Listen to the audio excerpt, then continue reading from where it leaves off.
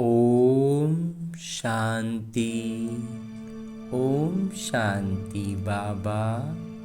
आज 12 अप्रैल 2025 है और आज हम अध्ययन करने जा रहे हैं परम पिता परमात्मा के अनमोल मधुर महावाक्यों को, मुरली को।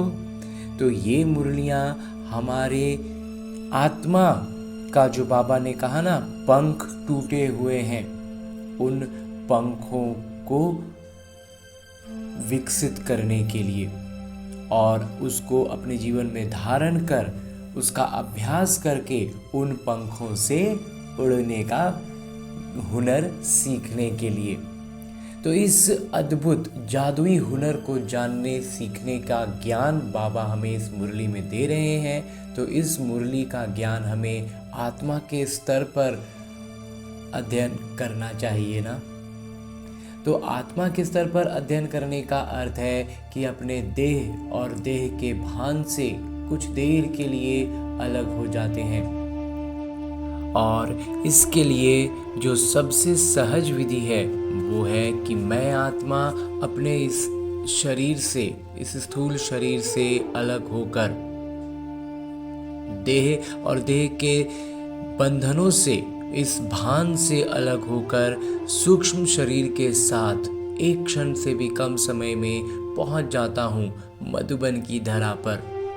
और मधुबन की धरा पर भी विशेष तौर पर पांडव भवन के उस हिस्ट्री हॉल में, जहाँ साकार में बाबा मुरलियाँ चलाया करते थे। और उन्होंने वो मुरलियाँ चलाईं और आज भी हमारे अभी उठने वाले मन में सवालों का उत्तर निहित कर देते हैं। मेरे बाबा जादूगर है ना, तो जादू दिखलाते हैं। तो इस जादू का मज़ा लेने के लिए और खुद भी उड़ने का हुनर सीखने के लिए, अपने पंखों को और बेहतर बनाने के लिए, विकसित करने के लिए अध्ययन करते हैं मेरे बाबा की मुरली, जहाँ बाबा कहते हैं, मीठे बच्चे, तुम्हारा ये ब्राह्मण कुल बिल्कुल निराला है। तुम ब्राह्मण ही ज्ञानवान हो। तुम ज्ञान, विज्ञान और अज्ञान को जानते हो। हाँ जी बाबा, ज्ञान क्या है और विज्ञान क्या है और अज्ञान क्या है? बाबा कहते हैं तीनों को हम जान गए हैं। हाँ जी बाबा।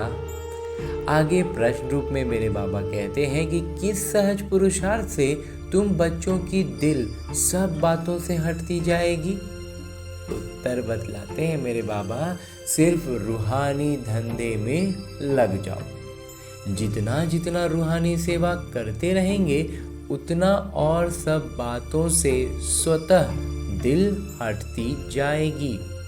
राजाई लेने के पुरुषार्थ में लग जाएंगे, परंतु रूहानी सेवा के साथ साथ जो रचना रची है उसकी भी संभाल करनी है। बाबा कहते हैं जो रचना है उसकी संभाल करनी है। मुख्य तौर पर बाबा ये बात लौकिक बच्चों के लिए कहते हैं। अगर जो युगल है और उनके बच्चे हैं तो बाबा कहते हैं लौकिक रीति से उनकी ध्यान भी, देखभाल भी करनी है। गीत है जो पिया के साथ है। ओम शांति। पिया कहा जाता है पिता को। अब बाबा के आगे तो बच्चे बैठे हैं। बच्चे जानते हैं हम कोई साधु, सन्यासी आदि के आगे नहीं बैठे हैं। वो पिता ज्ञान के सागर हैं। ज्ञान से ही सद्गति होती है। कहा जाता है ज्ञान, विज्ञान और अज्ञान। विज्ञान अर्थात देही अभिमानी बनना। विज्ञान की बाबा बात कर रहे हैं, याद की यात्रा में रहना। और ज्ञान अर्थात सृष्टि चक्र को जानना। ड्रामा है, सृष्टि चक्र है, ये सब जो हुआ ना, बाबा कहते हैं ये हुआ ज्ञान। और विज्ञान का मतलब क्या है? आत्म अभिमानी स्थिति में आ जाना, विज्ञान है। ज्ञान विज्ञान और अज्ञान। बाबा कहते हैं ज्ञान विज्ञान और अज्ञान, इसका अर्थ मनुष्य बिल्कुल नहीं जानते हैं। अभी तुम हो संगम युगी ब्राह्मण, तुम्हारा ये ब्राह्मण कुल निराला है, उनको कोई नहीं जानते। शास्त्रों में ये बातें हैं नहीं कि ब्राह्मण संगम पर होते हैं, ये भी जानते हैं प्रजापिता ब्रह्मा होकर गए हैं, उसको आदि देव कहते हैं। आदि देवी जगत अम्बा वो कौन है, ये भी दुनिया नहीं जानती। जरूर ब्रह्मा की मुखवंशावली ही होगी, वो कोई ब्रह्मा की स्त्री नहीं ठहरी। अडॉप्ट करते हैं ना बाबा, अपनाते हैं। तो तुम बच्चों को भी अडॉप्ट करते, हम बच्चों को बाबा ने क्या किया, अपना लिया है, गोद में उठा लिया है। ब्राह्मणों को देवता नहीं कहेंगे, यहाँ ब्रह्मा का मंदिर है, वो भी मनुष्य है ना। ब्रह्मा के साथ सरस्वती भी है, फिर देवियों के भी मंदिर हैं, सभी यहाँ के ही मनुष्य हैं ना। मंदिर एक का बना दिया है। प्रजापिता की तो ढेर प्रजा होगी ना, बाबा कहते हैं प्रजापिता है तो फिर उनकी प्रजा तो ढेर होगी, अब बन रही है और वो प्रजा भी बन रही है। प्रजापिता ब्रह्मा का कुल वृद्धि को पा रहा है, उनका जो कुल है वो वृद्धि को पा रहा है अडॉप्टेड धर्म के बच्चे। और सब जो वृद्धि हो रही है वो कैसे हो रही है, अडॉप्टेड, सब अपनाते जा रहे हैं बाबा सबको। अब तुमको बेहद के पिता ने धर्म का बच्चा बनाया है।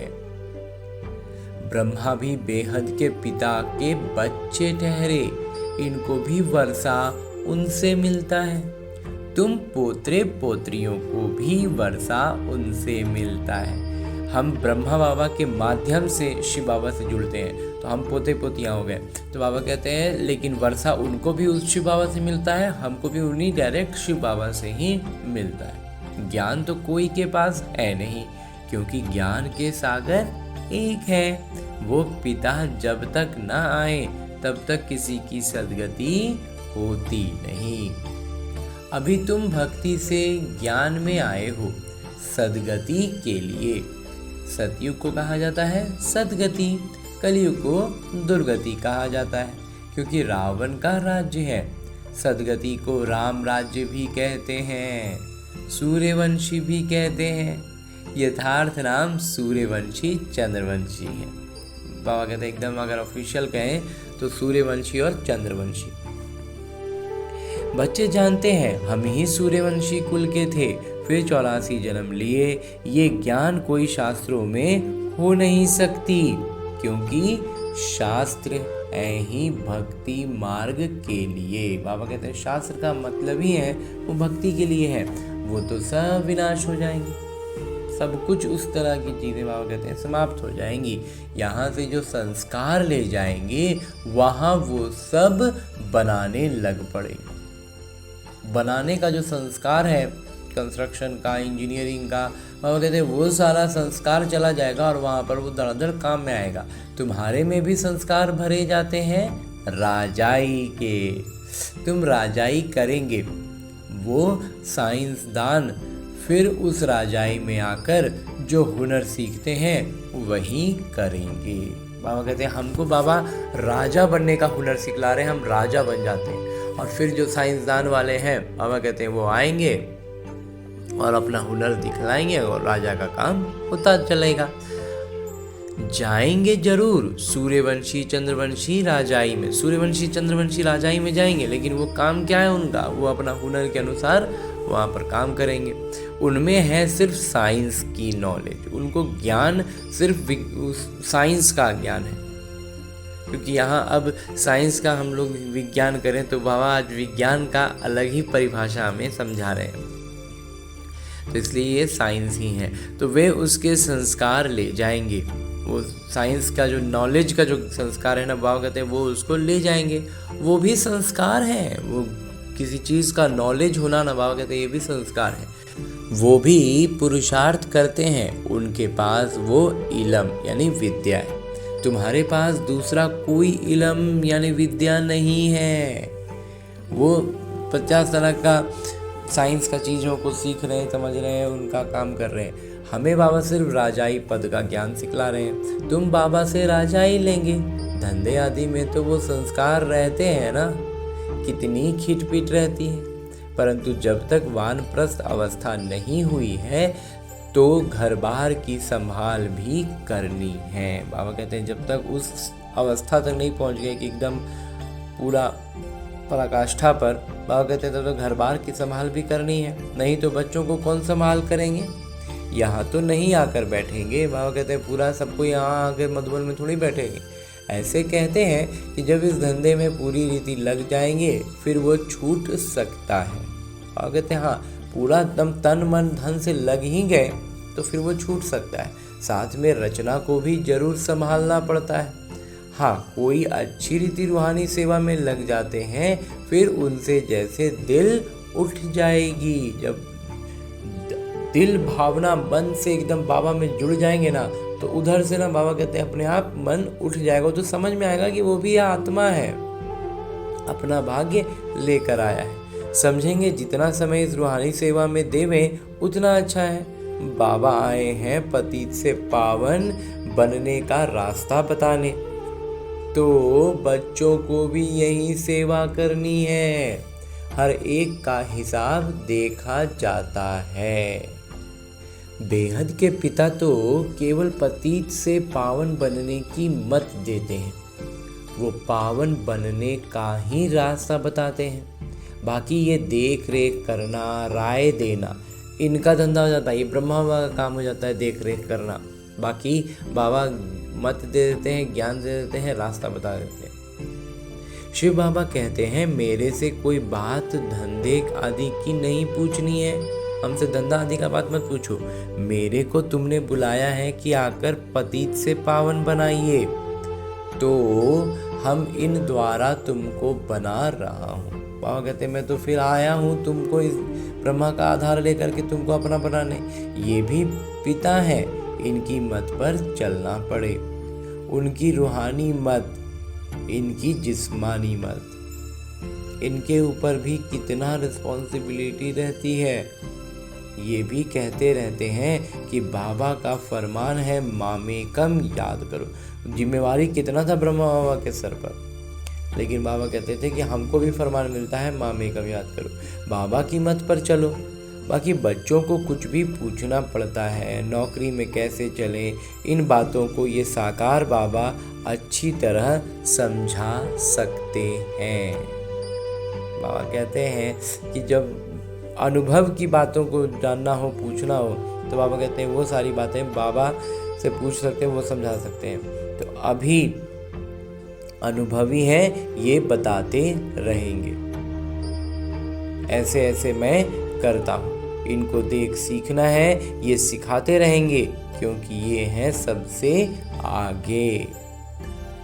बाबा कहते हैं इतना स्पष्ट बाबा ने आज कह दिया कि साकार जो बाबा, जो ब्रह्मा बाबा है, वो अनुभवी हैं, वो बतलाएंगे कि कैसे कैसे करना है, कैसे कैसे चलना है, लौकिक रीतियों के साथ कैसे अपने आप को तालमेल बैठानी है और नौकरी में कैसे चलना है। ये सारी बातें बाबा कहते हैं ये अपने अनुभव से बताएंगे।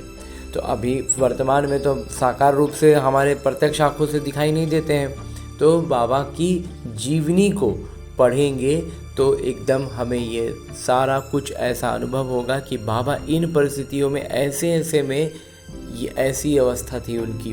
तो इस तरह से जानते जाएंगे तो हम ऐसा अनुभव करेंगे कि बाबा हमें अपने अनुभव से बतला रहे हैं। उनके जीवन के सारे अनुभवों को हम उनकी जीवनी में पढ़ लेंगे तो हम अपने जीवन में भी उसे अपना पाएंगे। तो जो बाबा आज कह रहे हैं कि अनुभव की बातें इनसे पूछनी है, तो हमें उनका अनुभव का जीवनी को पढ़ लेनी है और हम उन सारे अनुभवों के साथ जुड़ पाएंगे, अपने कदम आगे बढ़ा पाएंगे। आगे बाबा कहते हैं कि सब तूफान पहले इनके पास आते हैं, इन्होंने ब्रह्मा बाबा ने हर तरह का तूफान देखा है। और बाबा कहते हैं आज भी हम इस बात को आराम से मान सकते हैं क्योंकि वो सूक्ष्म शरीर के साथ ब्रह्मा बाबा आज भी हमारे साथ रहते हैं। तो सारे तूफान बाबा कहते हैं इनके पास आते हैं, इसलिए सबसे रुस्तम ये है। तब तो ऊंच पद भी पाते हैं, उच्च पद पाने के लिए बाबा सब कुछ कर रहे हैं। माया रुस्तम हो लड़ती है। इतने फट से सब कुछ छोड़ दिया, इनका किरदार था।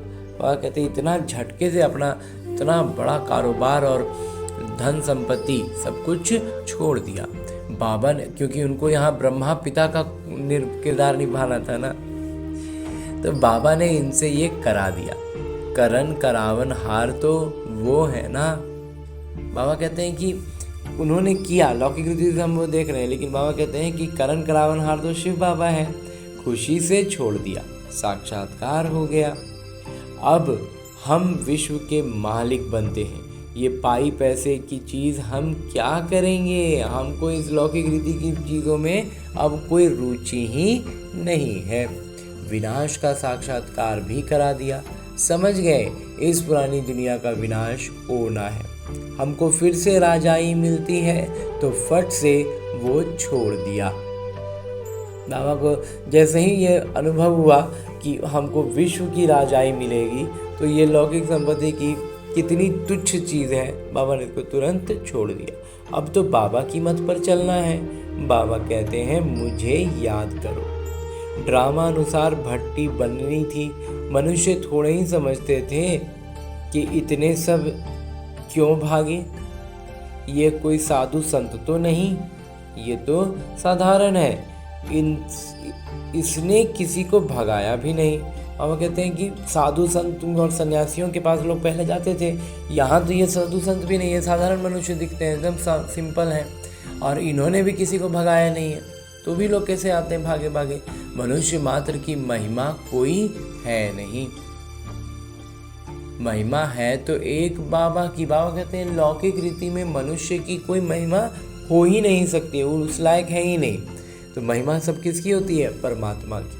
महिमा है तो एक पिता की, बस बाबा ही आकर सबको सुख देते हैं। तुमसे बात करते हैं, तुम यहाँ किसके पास आए हो? तुम्हारी बुद्धि वहां भी जाएगी, यहाँ भी, क्योंकि जानते हो शिव बाबा रहने वाले वहां के हैं। अभी इनमें आए हैं। बाबा से हमको स्वर्ग का वर्षा मिलना है। हमारी बुद्धि क्या है? परमधाम भी जाएगी और यहाँ पर भी आएगी, क्योंकि यहाँ पर विश्व बाबा वहाँ के रहने वाले हैं और यहाँ आए हैं हमको पढ़ाने के लिए, हमें ज्ञान देने के लिए।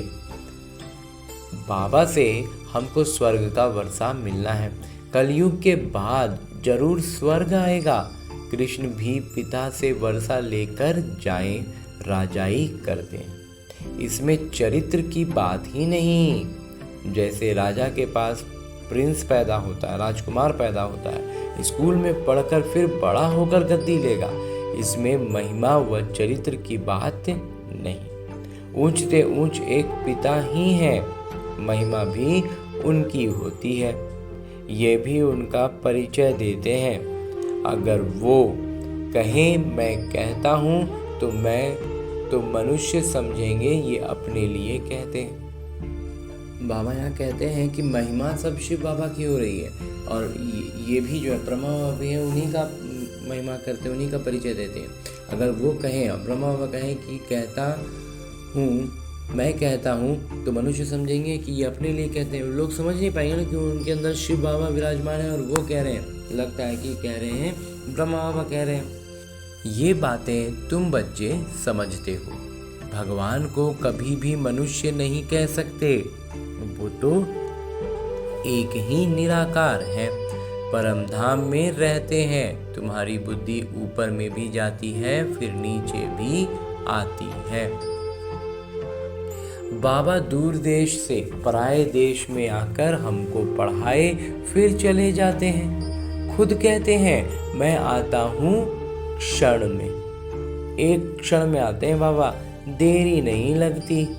आत्मा भी एक क्षण में एक शरीर छोड़ दूसरे में जाती है, कोई देख न सके। आत्मा बहुत तीखी है, गाया भी हुआ है क्षण में जीवन मुक्ति। रावण राज्य को जीवन बंधन राज्य कहेंगे। बच्चा पैदा हुआ और बाबा का वर्षा मिला।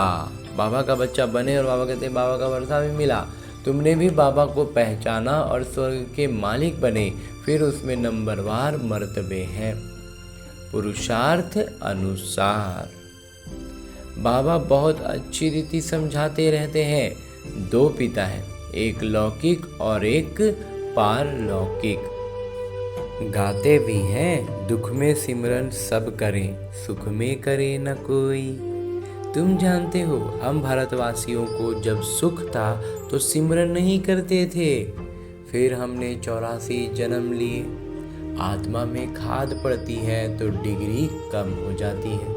16 कला संपूर्ण, फिर 2 कला कम हो जाती है। कम पास होने के कारण राम को बाण दिखाया है, बाकी कोई धनुष नहीं तोड़ा है। ये एक निशानी दे दी है। ये है सब भक्ति मार्ग की बातें। भक्ति में मनुष्य कितना भटकते हैं। अब तुमको ज्ञान मिला है तो भटकना बंद हो जाता है। बाबा कहते हैं जब ज्ञान मिल गया, ज्ञान को हमने समझ लिया तो फिर भटकना बंद हो जाता है। हे शिव बाबा कहना ये पुकार का शब्द है, तुमको हे शब्द नहीं कहना है। बाबा को याद करना है, चिल्लाया तो गोया भक्ति का अंश आ गया। हे भगवान कहना भी भक्ति की आदत है। बाबा ने थोड़ी कहा है हे भगवान कहकर याद करो। अंतर्मुख हो मुझे याद करो। मन मन में बाबा का सिमरन करना है। सिमरन भी नहीं करना है। बाबा कहते हैं सिमरन, जो नाम सिमरते थे ना, राम राम राम राम राम राम माला रखते थे, बाबा कहते हैं वो भी नहीं करना है। सिमरन भी भक्ति मार्ग के अक्षर है। तुमको बाबा का परिचय मिला, अब बाबा की श्रीमत पर चलो। बाबा की प्रत्यक्षता करना ही बाबा की याद में रहना है। कितना ज़्यादा कर पाते हैं, कितना परफेक्ट कर पाते हैं। जितना परफेक्शन के, जितना बाबा के निकट होते जाएंगे ना, प्रत्यक्षता उतनी सटीक होती जाएगी, उतनी सुगाढ़ होती जाएगी। ऐसे बाबा को याद करो जैसे लौकिक बच्चे देहधारी पिता को याद करते हैं। बिल्कुल जैसे परमात्मा मेरे साथ है तो परमात्मा की हर एक गुणवत्ता मुझसे झलक रही है। ये शरीर परमात्मा इस्तेमाल कर रहे हैं तो उनकी झलक इस शरीर से दिखेगी ना।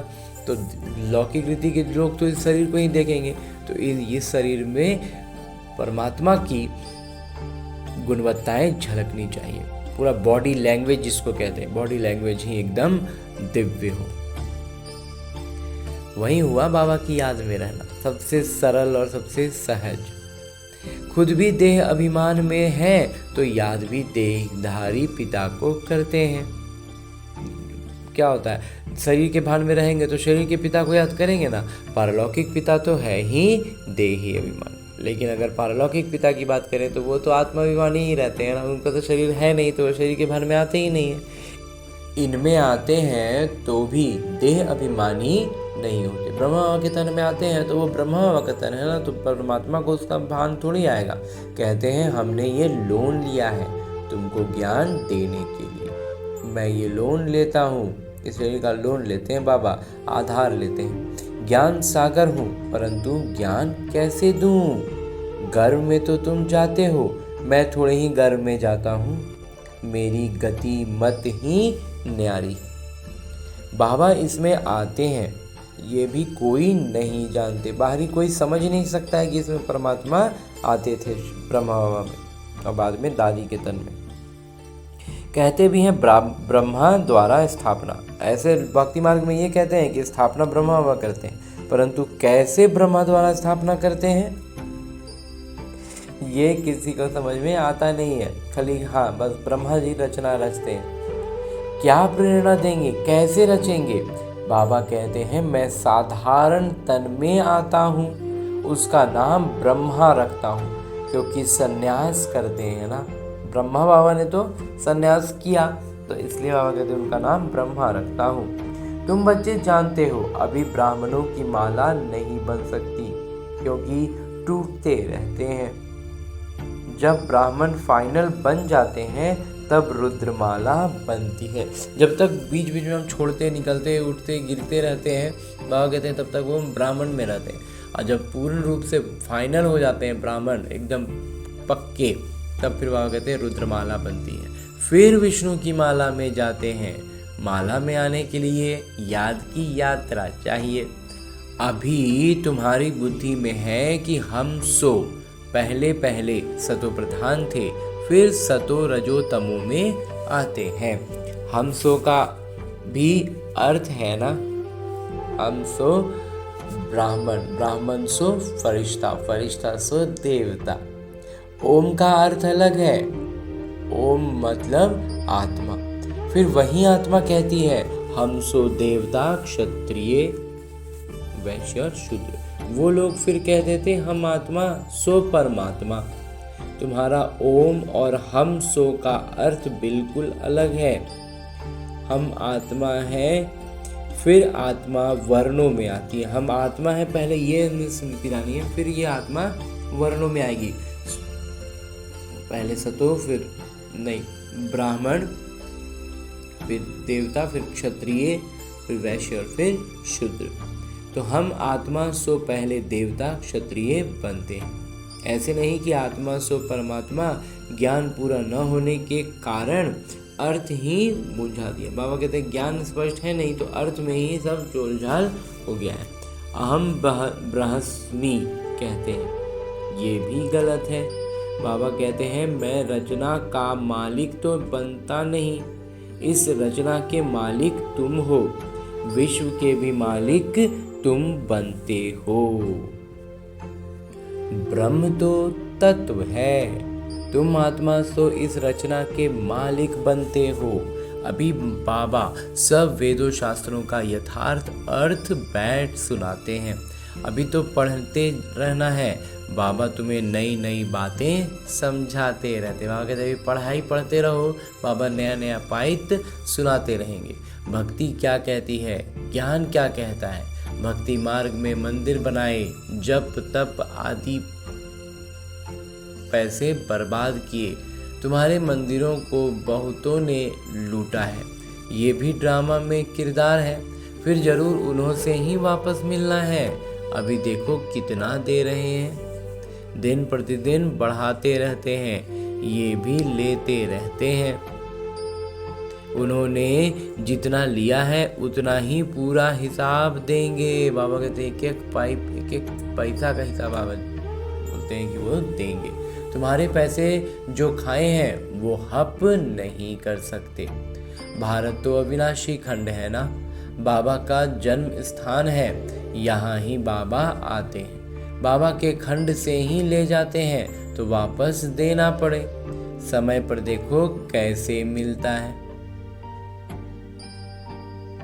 कहते भारत तो अविनाशी खंड है, बाबा का अवतरण भूमि है, तो यहाँ ही तो बाबा आएंगे, तो बाबा के खंड से ही जो लेके जाते हैं वो वापस देना पड़े। समय पर देखो कैसे मिलता है। और एकदम अभी क्या होता है लौकिक रीति से हम देखते हैं कि एकदम समय पर जब जिस चीज़ की ज़रूरत है वो यज्ञ में आ जाता है। तो बाबा कहते हैं यहाँ से लिया है तो वहाँ ला के पहुँचाता है। ये बातें तुम जानते, उनको थोड़े ही पता है विनाश किस समय आएगा। गवर्नमेंट भी ये बातें मानेगी नहीं। बाबा कहते हैं सरकार भी ये सब बातों में नहीं मानेगा, विनाश की बातों में। तो ड्रामा में नूंद है, कर्जा उठाते ही रहते हैं, रिटर्न हो रहा है। तुम जानते हो हमारी राजधानी से बहुत पैसे ले गए हैं, तो फिर दे रहे हैं। तुमको कोई बात का फिक्र नहीं है, फिक्र रहता है सिर्फ बाबा को याद करने का। बाबा कहते हैं ये सब भी जो हो रहा है ना, ये सब का तुमको फिक्र नहीं करना है, कितना है, कैसे आएगा, कहाँ से आएगा। और कहते वो जो लेके गया ना वो ला के देगा ही देगा। हमको बस एक ही चीज़ का ध्यान रखना है कि हम बाबा की याद में कितना हैं। याद से ही पाप भस्म होंगे। ज्ञान तो बहुत सहज है। बाबा कहते हैं पाप भस्म होने का काम याद से होगा, ज्ञान तो क्या है एकदम सहज है। अब तो जितना पुरुषार्थ करें श्रीमत तो मिलती रहे। अविनाशी सर्जन से हर बात में मत लेनी पड़े। बाबा कहते हैं हर बात में बाबा से राय लेते रहो। हाँ जी बाबा। अच्छा, मीठे मीठे सिकिलते बच्चों प्रति माता पिता बाबा का याद प्यार और आशीर्वाद। रूहानी बाबा की रूहानी बच्चों को नमस्ते। हम रूहानी बच्चों की ओर से रूहानी माता पिता को याद, प्यार और प्रणाम। धन्यवाद बाबा, धन्यवाद। मुरली के लिए भी धन्यवाद और इस अनूठे अलौकिक ब्राह्मण जीवन के लिए भी बहुत बहुत बहुत धन्यवाद बाबा, बहुत धन्यवाद। आगे आज की मुरली से लिए गए वो प्रमुख बिंदु हैं जिन्हें हमें अपने ब्राह्मण जीवन में धारण करने हैं। और ब्राह्मण सो फरिश्ता, फरिश्ता सो देवता बनना है। उसके लिए जो सबसे पहली बिंदु है वो है जितना समय मिले उतना समय ये रूहानी धंधा करना है। रूहानी धंधे के संस्कार डालने हैं, पतितों को पावन बनाने की सेवा करनी है। दूसरा है अंतर्मुखी बन बाबा को याद करना है। मुख से हे शब्द नहीं निकालना है। जैसे बाबा को अहंकार नहीं, ऐसे निरहंकारी बनो। ऐसे निरहंकारी बनना है। हाँ जी बाबा। और आगे मेरे बाबा वरदान दे रहे हैं।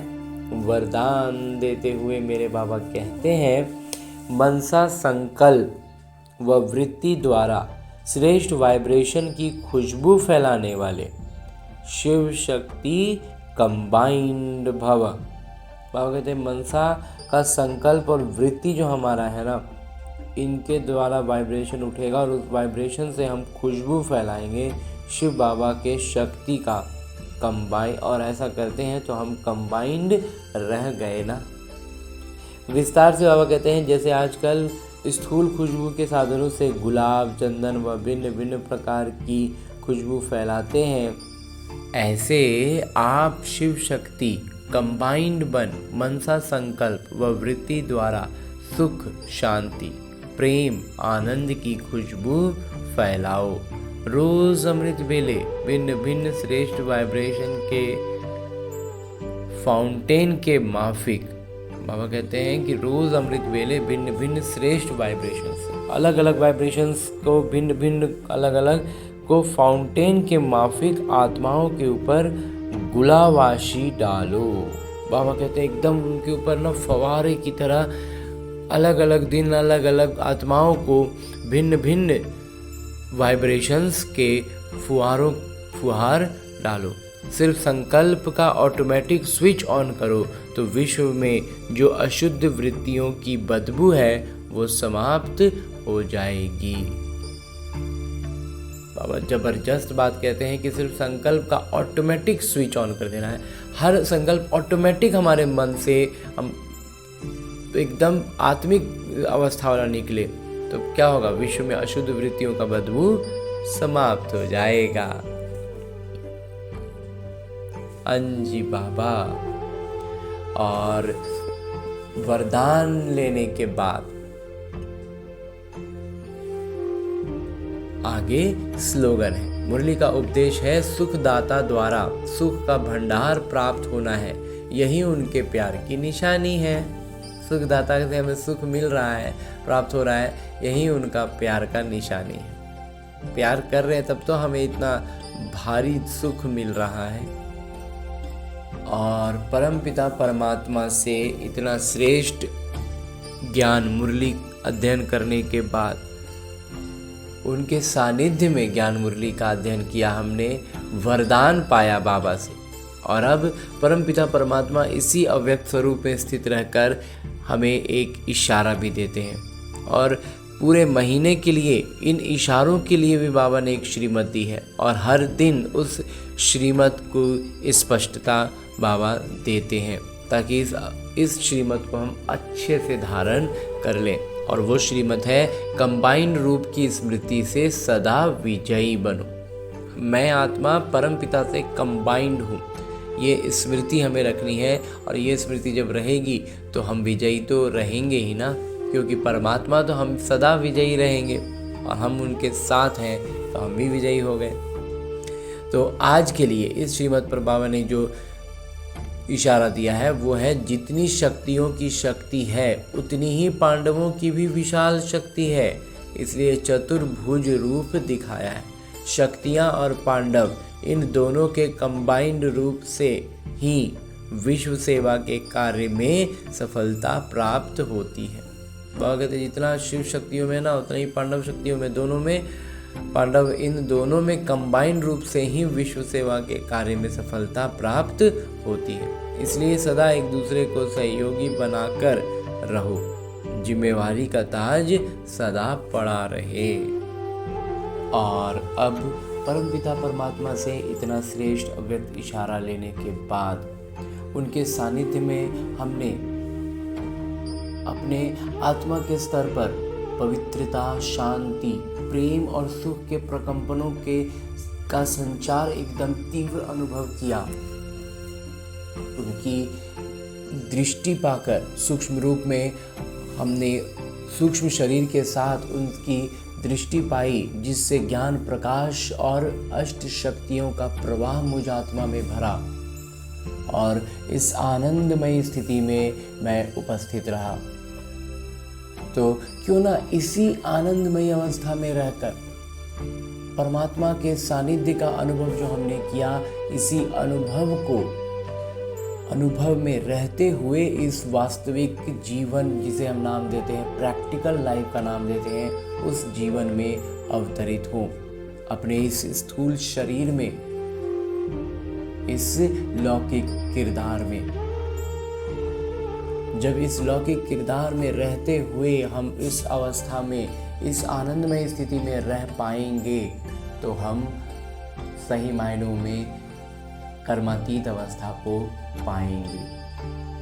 तो ये करने के लिए अभ्यास ही एकमात्र साधन है, क्योंकि ज्ञान प्रकाश से बाबा ने हमें हमारी ज्योत जगा दी है, ज्ञान हमारे भीतर बाबा ने भर दिया है, लेकिन अब इसका अभ्यास करके हमें उस अवस्था तक पहुंचना है।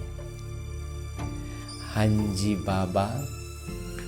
तो ऐसी श्रेष्ठ भावना और श्रेष्ठ कामना से भरपूर रहकर लौटते हैं अपने इस किरदार में। अच्छा, ओम शांति।